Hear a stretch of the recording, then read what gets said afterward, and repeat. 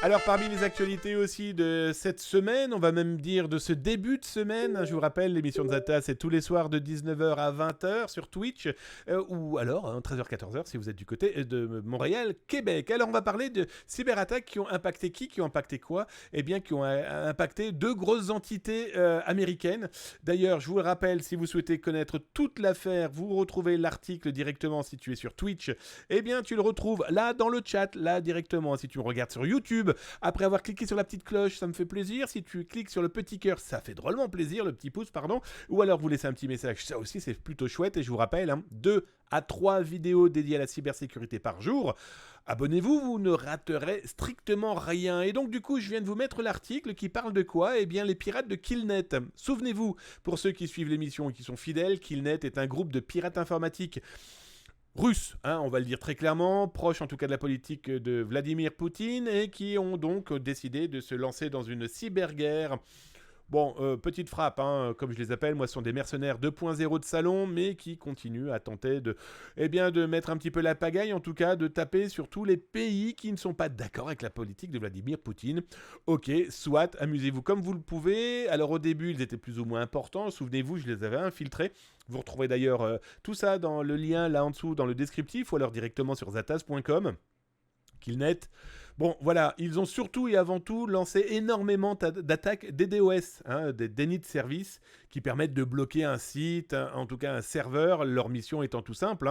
Vous ne pouvez plus rentrer, vous ne pouvez plus sortir numériquement parlant. C'est comme si on vous vidait toutes les poubelles devant vos fenêtres et vos portes de maison, d'appartements, en tout cas de là où vous vivez, et vous ne pouvez plus sortir et vous ne pouvez plus rentrer. Eh bien, ils ont décidé, Killnet, d'attaquer qui? La Maison Blanche. Ils sont bien gentils, ils ont attaqué donc la White House en se disant, alors bien sûr ce sont des trolls lolol, ils savent plus quoi faire, surtout pour qu'on parle d'eux, mais surtout pour tenter de nuire, sachant que dans ces deux cas que je vais vous expliquer là, pour moi c'est de la promotion-vente pour leur business malveillant. Souvenez-vous, je vous avais expliqué que Killnet, c'était surtout et avant tout des gens qui étaient dans des black markets avant cette guerre russo-ukrainienne. C'est des gens qui continuent à rebosser entre eux, ukrainiens-russes là maintenant.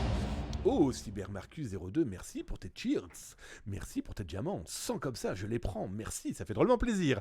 Et donc, voilà, ces pirates informatiques travaillaient avant la guerre entre eux, ensemble, dans des différentes boutiques pirates, vente de faux billets, vente de bases de données, de zero day, de failles, d'armes, de drogue, de faux papiers, de fausses monnaies, etc., etc.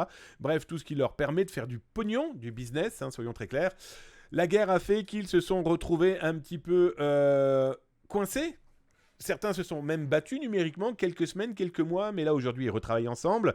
Et là pour l'exemple de Killnet, ils ont attaqué donc la Maison Blanche. Là je vous ai mis la capture écran, du moment de l'attaque, c'était le 17 novembre. Et là on voit qu'effectivement la Maison Blanche est tombée, elle n'a pas répondu pendant 15-20 minutes, la cyberattaque a duré quasiment 30 minutes. Bon voilà, c'est du DDoS qu'ils ont fait. Ils l'ont dit eux-mêmes, ils ont avoué qu'ils n'ont pas pu faire plus parce que derrière, il y a eu de répondants. Heureusement, c'est la Maison-Blanche, t'imagines. Mais en tout cas, la Maison-Blanche a pu contrer cette attaque grâce à une société américaine qui d'ailleurs est le gestionnaire de WordPress. Donc du coup, c'est quand même pas n'importe qui, Automatic INC. Voilà, ils ont donc expliqué qu'ils ont au moins réussi cette cyberattaque. Bon, super les gars, ça vous a servi à quoi? Si vous pouviez au moins discuter à la paix, tu vois, ça pourrait être plus sympathique. Mais bon, autant pisser dans la violence, je pense que ce sera beaucoup plus efficace. Alors, petite vanne de ces pseudo-pirates. Leur attaque était pour faire quoi? Escorter le président américain, Joe Biden, vers la retraite. Donc en plus, ça n'a aucun respect envers l'autorité quelle qu'elle soit, ou en tout cas, bref. Et donc ils ont lancé cette cyberattaque. Il faut savoir que Killnet, c'est pas la première. Ils ont attaqué la Pologne, l'Italie, la Grèce, la Lituanie, la Bulgarie. Dès qu'ils peuvent cliquer sur un petit bouton, ils le font. Et vous retrouverez d'ailleurs dans les rediffs sur YouTube les outils qu'ils ont diffusés gratuitement il y a quelques semaines, il y a 15 jours, 3 semaines même, on en a parlé ici, qui permettaient à des gens d'installer ça dans leur téléphone, de mettre leur cible, de cliquer, et ça a lancé soi-disant une cyberattaque. Bref, ça vous montre aussi les outils de malveillance, et je vais vous expliquer dans quelques instants pourquoi ils font ça, juste pour montrer qu'ils ont des petits bras. Ils ont aussi attaqué Starlink. Alors Starlink.com, vous savez qui c'est l'une des entreprises d'Elon Musk, vous savez, le patron du petit oiseau bleu qui devient un jour rouge, vert, marron, bref, un peu le bordel chez Twitter, soyons très clairs.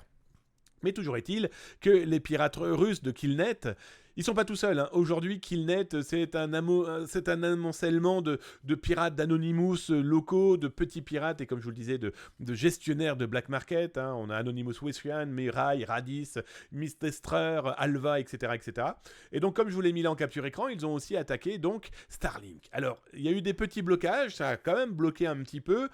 Voilà, autant dire que Starlink continue à vivre. Hein. Alors là où ils ont été plus ou moins vicieux, c'est qu'ils ont attaqué les sous-domaines dédiés par exemple aux applications qui ont pu potentiellement permettre à des internautes de ne pas pouvoir se connecter à leur connexion, à leurs outils. Bon voilà, hein, ces pirates informatiques font beaucoup de bruit, mais ils font du bruit pourquoi ?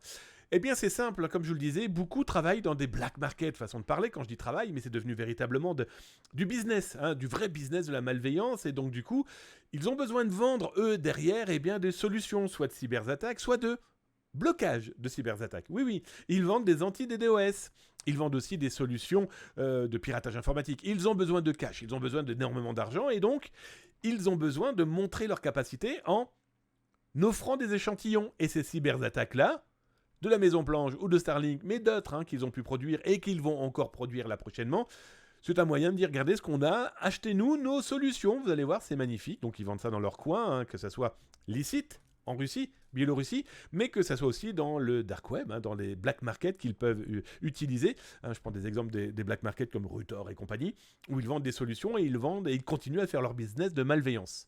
Alors en face, comme je vous l'avais montré aussi avec la cyberarmée, Cocorp, merci pour tes bonbons, merci pour tes diamants, ça fait drôlement plaisir. Merci copains, merci les amis de vos cadeaux, en tout cas ça fait drôlement plaisir. Là, pour le cas là, nous avons aussi les cyberpartisans, qui sont eux anti-Poutine, anti-cyberguerre, anti-guerre tout court même d'ailleurs. Et là, du coup, on se retrouve avec les cyberpartisans qui, eux, ont attaqué le Rosmagzor. C'est quoi ? C'est tout simplement le ministère des...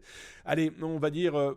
ministère de la censure, hein, soyons très clairs, c'est eux qui interdisent, qui ont interdit par exemple Twitter, qui ont interdit YouTube, qui ont interdit pas mal de choses en Russie, parce que c'est la guerre, hein, qu'ils veuillent ou non, en tout cas dans le terme, c'est vraiment la guerre et pas une opération spéciale, et donc du coup, eux-mêmes ont été cyberattaqués par ces cyberpartisans, qui sont des activistes biélorusses, en tout cas contre la politique mise en place dans leur pays, hein, très clairement, ils sont contre le président Alexandre Lukashenko, qui est président depuis 1994, hein, donc vous voyez un petit peu le président qui s'accroche. Alors, il est surtout surnommé le dernier dictateur d'Europe. Il y en a un autre, hein, il y en a quelques... voilà, en tout cas, lui, il est connu pour ça. Et donc, ces Biélorusses, cyberpartisans, ont attaqué ce ministère en y volant quand même 2 téras de données, dont des données correspondant à des correspondances internes. Bon voilà, on voit que les pirates se tapent dessus, ils tapent aussi sur toutes les entités possibles et imaginables. Ça fait des dégâts surtout, ça va pas aider à la paix, soyons très clairs.